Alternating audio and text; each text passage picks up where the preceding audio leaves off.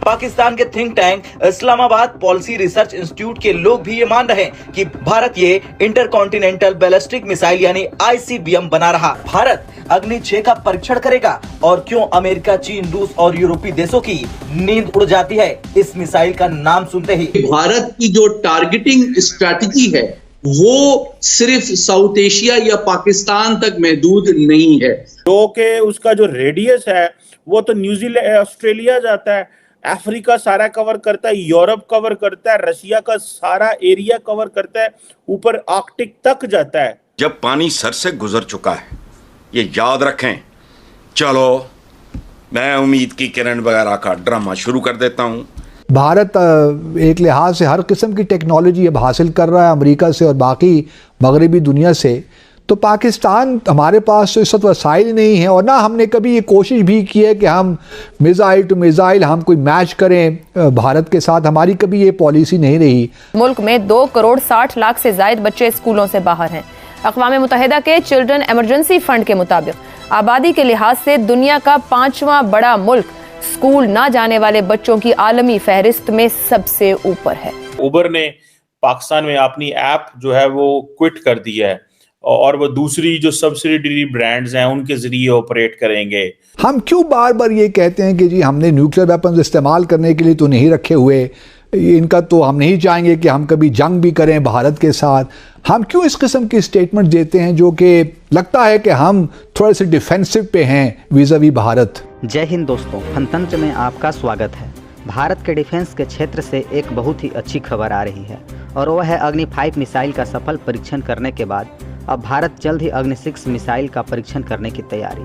अग्नि 5 मिसाइल की तरह ही अग्नि 6 भी MIRV तकनीक से लैस इंटरकॉन्टिनेंटल बैलिस्टिक मिसाइल होगा, जिसकी जद में पूरा यूरोप आ जाएगा। इस मिसाइल का रेंज लगभग 10,000 किलोमीटर से 12,000 किलोमीटर तक होगा।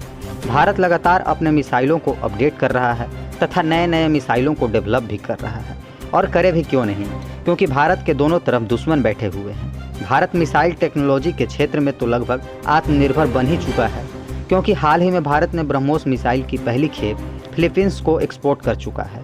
भारत को अग्नि 6 मिसाइल की लॉन्चिंग के बाद सुनकर पूरे यूरोप में हड़कंप मचा हुआ है, क्योंकि इसकी रेंज काफ़ी ज़्यादा है। साथ ही यह परमाणु मिसाइल को भी ले जाने में सक्षम है और एक साथ कई हमले करने में भी सक्षम है। तो चलिए अग्नि 6 मिसाइल को लेकर आगे पाकिस्तानी मीडिया का रिएक्शन देखें।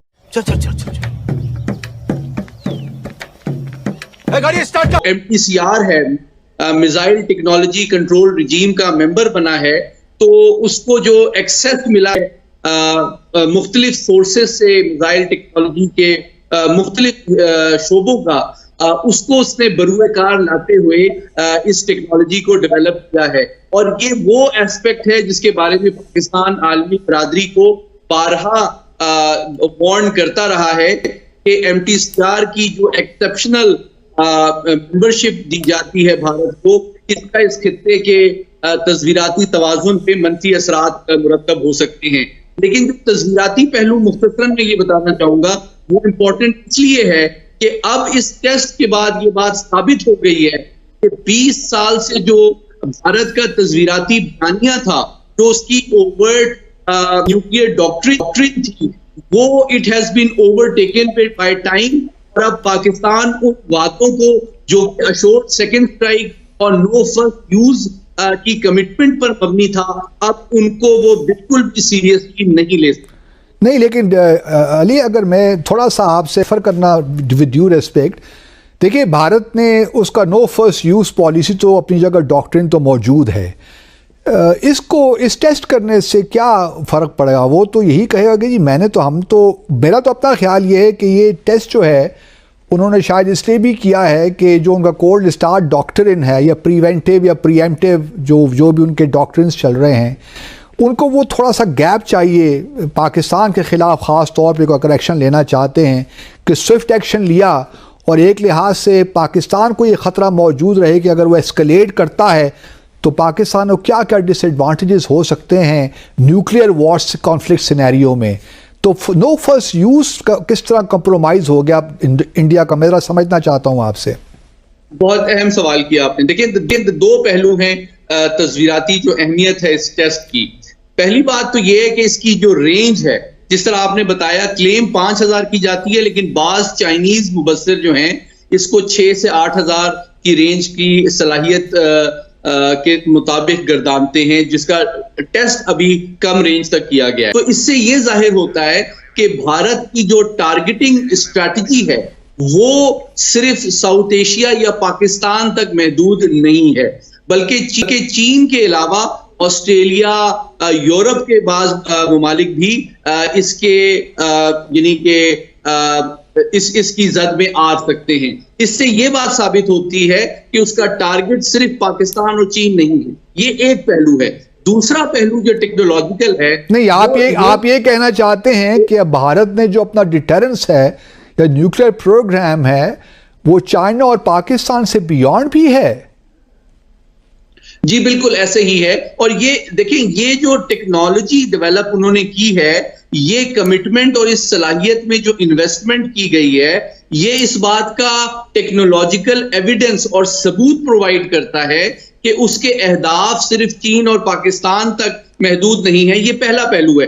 दूसरा पहलू जो ज्यादा इंपॉर्टेंट है NFU या नो फर्स्ट यूज के हवाले से, वो ये है कि जनाब, अगर आप एक मुल्क की नो फर्स्ट यूज या अशोर्ड सेकंड स्ट्राइक की पॉलिसी है, तो उसने ज्यादा फोकस जो करना है उन एटमी हथियारों पे करना है जिनके डिलीवरी व्हीकल जो है वो सेपरेटेड हो अपने वॉरहेड से, उनका लॉन्च टाइम, उनका अलर्ट लेवल कम हो और वो एब्जॉर्ब करके फर्स्ट स्ट्राइक को सेकंड स्ट्राइक कर सकें।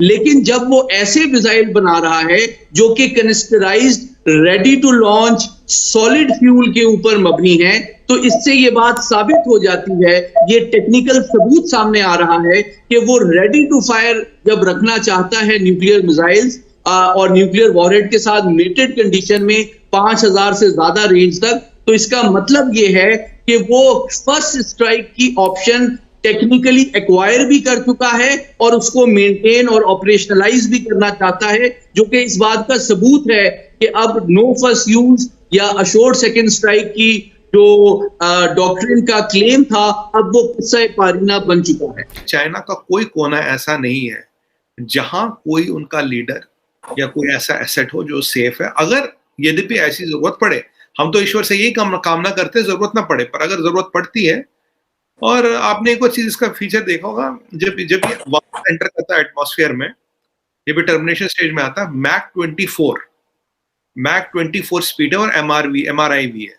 तो मतलब इसकी मार से बचना ऑलमोस्ट इम्पॉसिबल है, because at Mach 24 if are MRIV, no amount of missile shield can protect you. Missile shield आपको इस स्टेज पे प्रोटेक्ट करता है जब आप यहाँ होते हो, जब एटमॉस्फेयर के ऊपर चल रहे हो। तो एक टेक्नोलॉजिकल मार्वल है Cheema, and we made it light weight, 3 stage solid engine, और रेंज जो 5000 से 8000 किलोमीटर तक बताई जाती है, 5500 से 8000 तक, पर जो ऑफिशियल फिगर है वो 5500 की। पर 5500 में कोई गली कोचा मोहल्ला, कोई भी दर्क और कोई भी व्यक्ति चाइना का रेंज से बाहर नहीं है। और अगर तुम लोग नए हो तो सब्सक्राइब करो, वो जो लाल वाला बटन है उस पर फूट फेंक के मारो या फिर मोमबत्ती, मुझे नहीं पता, बस क्लिक हो जाना चाहिए।